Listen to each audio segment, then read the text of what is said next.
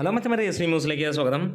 മമ്മൂട്ടിയുടെ ഓരോ സിനിമയ്ക്കും വേണ്ടി കാത്തിരിപ്പാണ്. ഇപ്പോൾ ഒരു നീണ്ട കാത്തിരിപ്പാണ് ആളുകൾ നോക്കുന്നത്.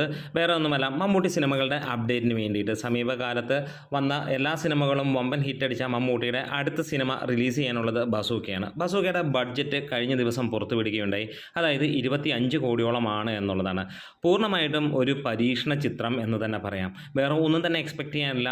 ആ രീതിയിലുള്ള ഒരു പരീക്ഷണ ചിത്രം. ഇതുവരെ നമ്മൾ കണ്ട് പരിചിതമല്ലാത്ത രീതിയിലുള്ള ഒരു സിനിമ, ഗെയിം ത്രില്ലർ എന്നുള്ളതാണ്. അതായത് മലയാളികൾക്ക് അല്ലെങ്കിൽ മലയാള സിനിമയിൽ ഇന്ന് വരെ കണ്ടിട്ടില്ല ഇങ്ങനെ ഒരു സബ്ജക്റ്റ് എന്നുള്ളതാണ്. ഇത് തന്നെയാണ് മമ്മൂട്ടിയുടെ പല സിനിമകളും നമ്മൾ കാണുന്നത്. ഭ്രമയുഗം പോലെയുള്ള സിനിമ വന്നപ്പോൾ അതുവരെ കണ്ടിട്ടില്ലാത്ത തരത്തിലൊരു ബ്ലാക്ക് ആൻഡ് വൈറ്റ് സിനിമ വരികയും അത് ഒരു ചരിത്രം സൃഷ്ടിക്കുകയും ചെയ്തു എന്നുള്ളത് തന്നെയാണ്. ഒരു വമ്പൻ വിജയമായ ബ്ലാക്ക് ആൻഡ് വൈറ്റ് സിനിമ അതിൻ്റെ റൈറ്റ്സ് ചോദിച്ചിട്ടും പലർക്കും കൊടുക്കുന്നില്ല എന്നുള്ളൊരു കാര്യവും. എന്തായാലും അൾട്ടിമേറ്റ്ലി ഒരു കാര്യം ജനങ്ങൾക്ക് അറിയാൻ കഴിയുന്ന കാര്യം, മികച്ച രീതിയിലാണ് മമ്മൂട്ടി സിനിമകളെല്ലാം തന്നെ വരുന്നത്. ഇനി ബസൂക്കയിലേക്ക് കടന്നു വരുമ്പോൾ സിനിമ ഓണത്തോട് അടുത്ത് തന്നെയാണ് റിലീസ്. ഒരുപക്ഷെ ഓണം ക്ലാഷ് ആയിട്ട് എന്നുള്ളൊരു കാര്യങ്ങൾ നമ്മൾ കേട്ടു.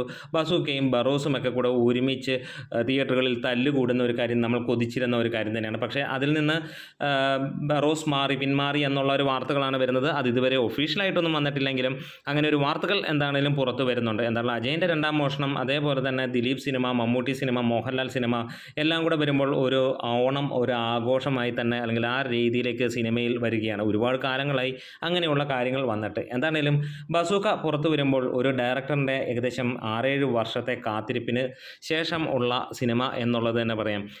കലൂർ ഡെന്നീസിൻ്റെ മകൻ ഡിനു ഡെന്നീസിൻ്റെ സിനിമയാണ്. വർഷങ്ങളായി അദ്ദേഹം മമ്മൂട്ടിയെ വെച്ചൊരു സിനിമ ചെയ്യണം അല്ലെങ്കിൽ ചെയ്യുന്നു എന്നുള്ള കാര്യങ്ങൾ വരികയും പിന്നീട് അത് യാഥാർത്ഥ്യമാകുന്ന ഒരു കാര്യവും നമ്മൾ കണ്ടു. എന്തായാലും സ്റ്റൈലിഷ് അപ്പിയറൻസോട് കൂടി തന്നെയാണ് മമ്മൂട്ടി ഈ ഒരു സിനിമയിൽ വരുന്നത്. തുടർച്ചയായിട്ടുള്ള മമ്മൂട്ടിയുടെ ഗംഭീര വിജയങ്ങളാണ് നമ്മൾ കാണുന്നതെങ്കിൽ ഇതൊരു പരീക്ഷണ ചിത്രമാണ്. ബസൂക്ക എന്ന സിനിമ നമ്മൾ ഇതിനു മുമ്പ് കണ്ട മമ്മൂട്ടി പരീക്ഷണ ചിത്രങ്ങൾ പലതുണ്ടായിരുന്നു സമീപ വർഷങ്ങളിൽ തന്നെ. അതിൽ ഏറ്റവും ഗംഭീരം എന്ന് പറയാനുള്ള റോഷാക്ക് തന്നെയാണ്. മലയാളികൾക്ക് ഒട്ടും പരിചിതമല്ലാത്ത രീതിയിലുള്ള ഒരു സിനിമ വന്നു. അത് ജനങ്ങൾ സപ്പോർട്ട് ചെയ്യുകയും അതിഗംഭീരമാവുകയും ചെയ്ത ഒരു കാര്യം നമുക്കറിയാം. വീണ്ടും ഒരു പരീക്ഷണ ചിത്രം വരികയാണ്. അതിൻ്റെ റിസൾട്ട് എന്തെന്നുള്ളതല്ല, സിനിമ എങ്ങനെയെന്നുള്ളതാണ് നമ്മളെല്ലാവരും വിട്ടുനോക്കുന്നത്. അതായത് അതിഗംഭീരമായിരിക്കും, ഒരു വ്യത്യസ്തത പുലർത്തുന്ന, തിയേറ്ററിൽ കാണുമ്പോൾ അല്ലെങ്കിൽ നമ്മൾ ടി വിയിലോ ഒ ടി ടിയിലോ കാണുമ്പോൾ ഒരു കാര്യം നമുക്ക് ഉറപ്പിക്കാം, മികച്ച സിനിമയായിരിക്കണം എന്ന് ഉള്ളത് തന്നെയാണ്. അത് തന്നെ എക്സ്പെക്റ്റ് ചെയ്യുന്നു.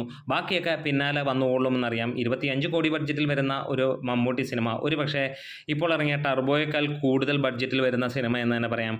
അതെ, അത് നമ്മൾ പ്രതീക്ഷയോടെ കാത്തിരിക്കുകയാണ് ഒരു ഡിഫറൻറ്റ് സബ്ജക്റ്റിന് വേണ്ടി. നിങ്ങൾ ഏവരും എങ്ങനെയാണ് ബസൂക്കയെ നോക്കിക്കാണുന്നത്? അതൊന്ന് കമൻസോടെ പറയാം. Thank you bros.